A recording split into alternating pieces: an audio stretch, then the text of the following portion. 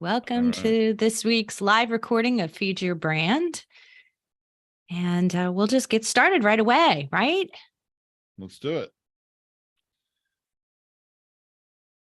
Hey everyone, welcome to Feed Your Brand. I'm Tom Hazzard, along with my co-host Tracy Hazzard. Today we're going to talk about how does redefining your podcast categories enhance discoverability and growth.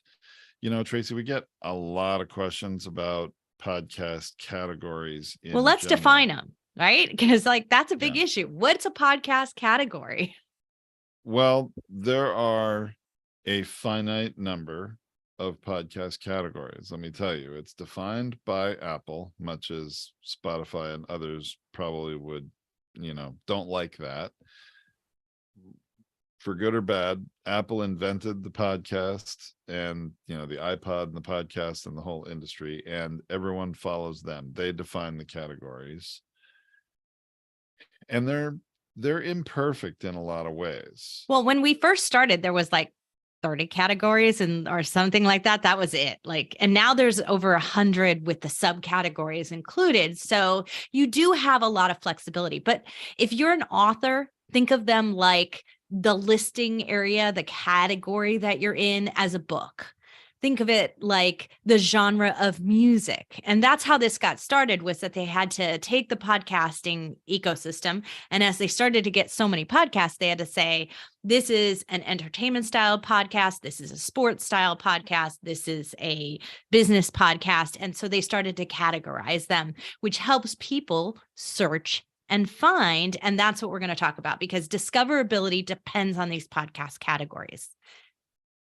Well, and it really, think about how people use them too, right?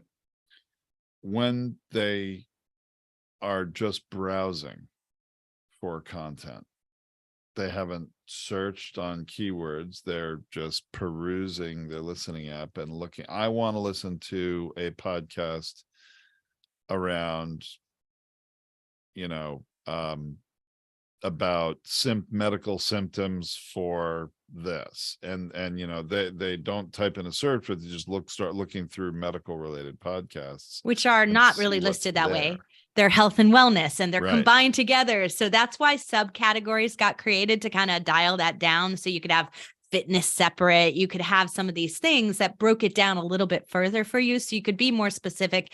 And it's meant for the listener. It's not really meant for the podcaster. I mean, you need to list your show that way, but it's meant to help the listener who's browsing, if you want to think of it like that way. They don't know what they're looking for. They're just kind of looking for something, a drama, a comedy. We search and browse all the time in most of our listing apps of any kind, whether it's for viewing streaming television, for listening to music. We browse like that. Now, Amazon and the book world has taught us to be a lot more specific, because there's so much noise and so many listings, that it taught us to be more specific, both in how we list our books, and in this case, how we list our podcasts, but also how we search. So we know that we get better results if we're searching for something in a much more narrow category. And so that's one of the things that we do. But if you want to look at charts, and Apple has charts, there are charts associated with each category. And that matters as well. So if you just don't know what you're looking for, but you want to see what's topping the charts in business entrepreneurship, then you can see that. That is true. You can. The thing that's often I come across a show, because we launch new shows here all the time. I come across a show that isn't really a good fit for any existing category, and they say, well, my show should be listed under this. Well, I agree with you, it should, but there's no such category. So you have to sort of make the best choices you can, and you get to be listed in 3 categories in Apple, in most listening apps. But you can choose more than that. It ends up being 3 relevant ones at the end of the day. Well, it's first, here's the other confusing thing about categories.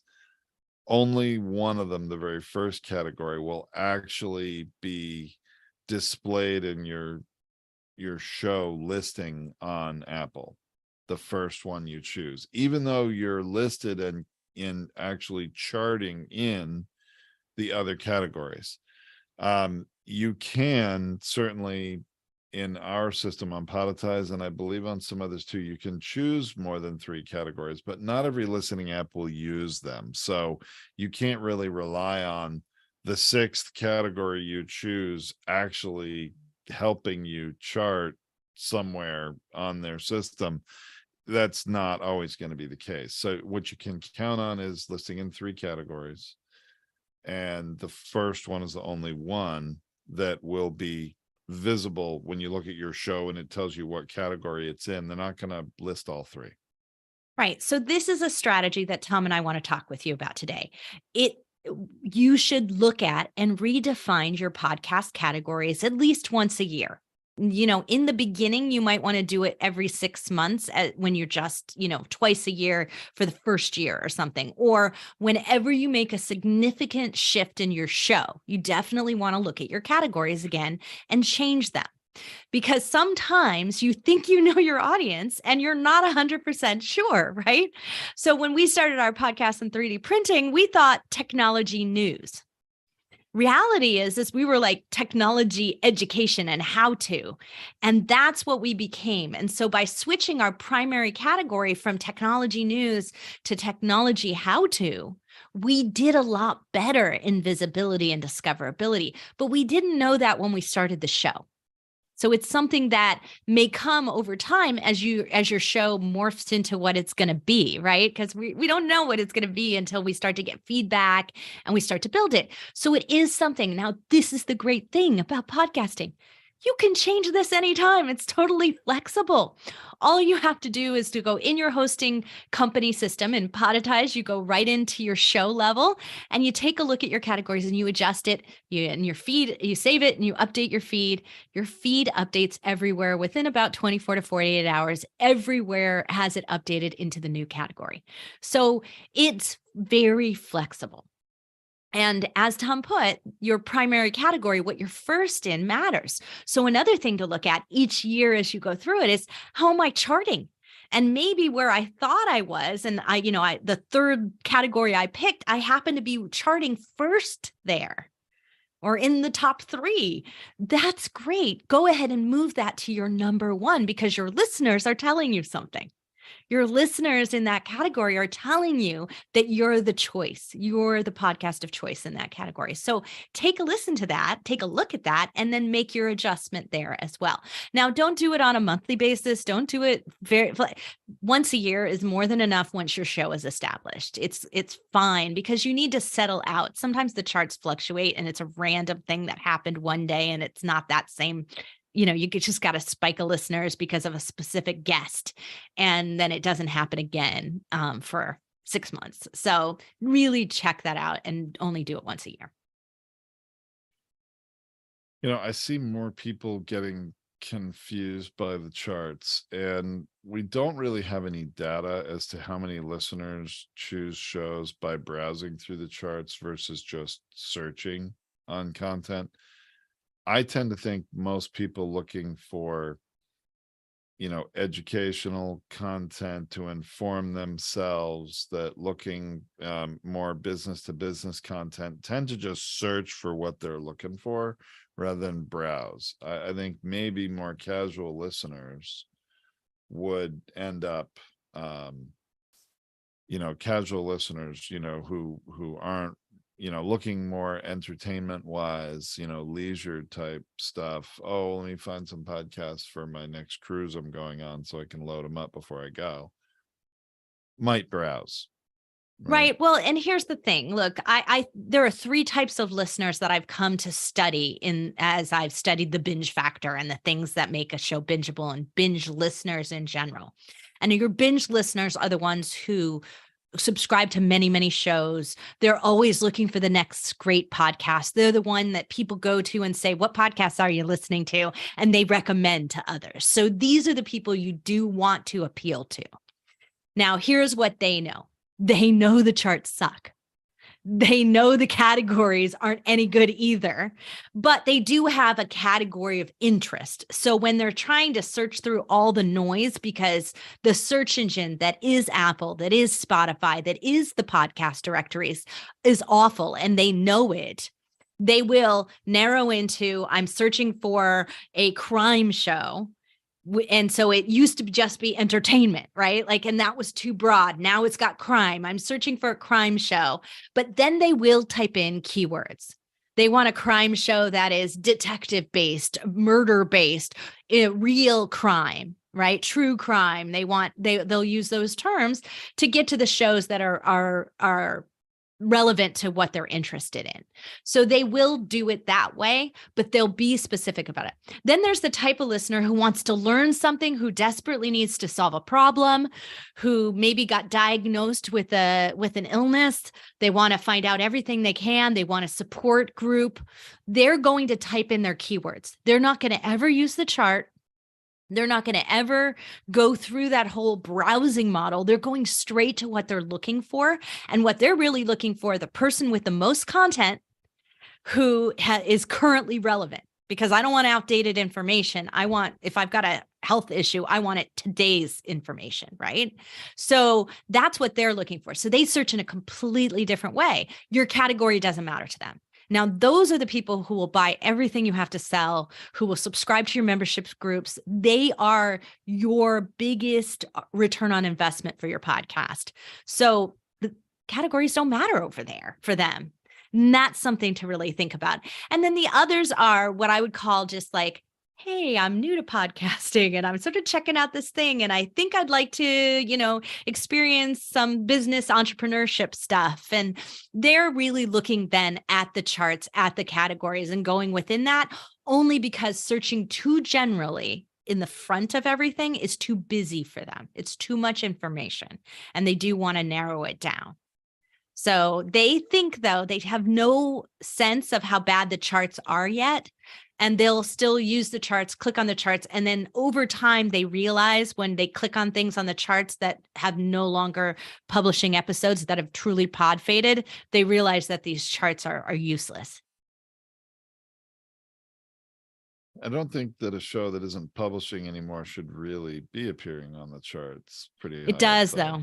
It does, though, because they have massive amounts of listeners built up over time. They still beat out a lot of new podcasts and a lot of podcasts. It depends on the category, but yeah, I'm sure.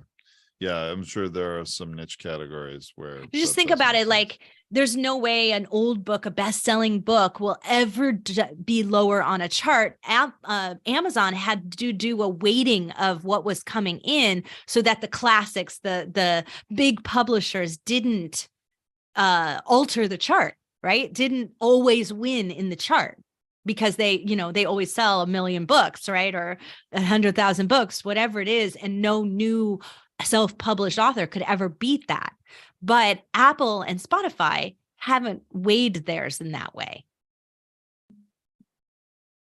And it'll continue to evolve. That's one thing that's for sure. But here's the thing. I think, Tom, when you were saying before that we have no data on the categories, on how people search and what they do. As I told you, I've studied this. And so these are the psychographics of it. But here's what, if Apple invested in changing all the categories a few years ago and adding them so that there were 100 categories, it says to me that it was worth doing. The Apple Podcast app is such a stepchild in the Apple Podcast model. I mean, in all of Apple, right? They don't spend any money on it. They don't have a big enough staff. They don't really invest in making a bunch of changes. But when they did decide to make some changes in the last few years, this is one of the things they invested in making changes in. And so it says to me that they believe that there is some benefit to it. And that's why we should take it seriously. I agree. There is some benefit to it. No question. I'm not, thinking it's a total waste of time to choose categories. I just personally believe Apple was kind of dragged, kind of kicking and screaming to update those categories. They don't make any money on podcasts, or they may make a little now, but the vast majority of podcasts, they don't make any money on it. So they invented this industry. It is a stepchild to them in many ways. That's why it just gets you to use your phone like, all day long is the point of the point of podcast is to get you to use your device and have it become so entrenched in your life. That's its point, right? It's creating content so you'll stay in your phone and then all the other stuff will come up, right? And that's its point.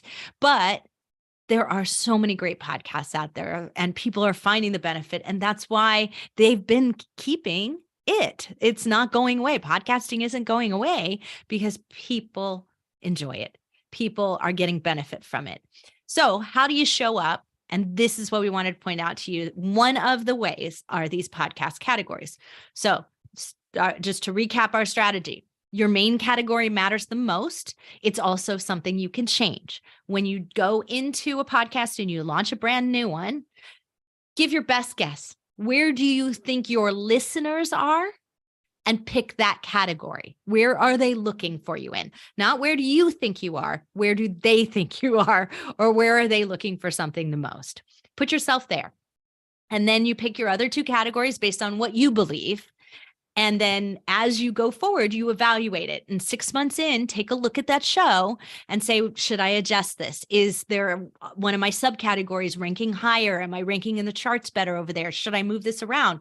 Did my show content shift now that I really gotten it going and I'm getting more on a weekly pace, getting to what Tom and I would call an established podcast? And an established podcast is one that is posting regularly every single week, consistently and constantly, and has done that for 6 months or more, right? And 25 episodes plus, and you establish yourself. And that's really where we get into this place where you can start to see a trend of it occurring and seeing where do I belong. Now you can make an adjustment and then put yourself on I like to do it at the start of a year. It's just my thing. At the new year, it makes sense. At the start of every new year, I check my podcast listing, I check my categories, I check my bio, and I just update those things on a regular basis. And the category, just put it into your circulation of things that you're going to just double check at the beginning of every year and every year that you do your show. I think that's good advice. I think, one last thing I guess I'd like to share is just when you're a brand new podcaster, I tend to see people really obsessing over it and agonizing really over category choices over it, right? Because, well, my show is really about this, and there's no specific category for that. And yeah, I understand that it's imperfect, and not every show it's going to be obvious what category it really fits in. I see some that are, really in between 3 different categories, or maybe there's really no categories that are a perfect fit, and you're making, you're making a guess as to, well, should it go here or should it go there? Well, I have a strategy for this. Go pick your biggest competitor in terms of either brand and or other entrepreneurs. So if you're an entrepreneur and your biggest competitor, is a guru that you follow, pick wherever they are. And that's just an easy way to map it. Model and because other shows. Yeah, that makes sense. But again, don't obsess over it. Make the best choice you can, move on, monitor it over those first 6 months. And like you said, Tracy, pivot. There's no problem at all. No, it's instant. So it's easy to change. So not a set in stone choice that you're making there. So podcast categories, they are useful. They do help you get discovered. So pay a little bit of attention to it, make some good choices and change them if you need them. Sounds great. All right. Well, we'll wrap this one up there. Fortunately, this is a good subject that doesn't go on and on because there's only so much to talk about with it. But hopefully you all got some great value. Remember, you can see the blog post for this episode at podetize.com. There's a feed your brand menu in the top, as well as all of our other past episodes. Feel free to check those out, and we will see you next time. You're on Feed Your Brand. You don't usually do that. It did confuse me. And it's live recordings, everybody. This is what happens. that wasn't a very good throw. I agree. No, it wasn't. wasn't, but whatever. Okay, everyone. So those of you who are watching us on live stream, we're going to shut down right now. We're going to go over to the questions that we have with our Zoom clients, and we're excited to support them. And we, anyone who's a Podetize customer or belongs to one of our groups, participates in one of our programs, is allowed to join our live coaching and Q&A session. So see you over there someday.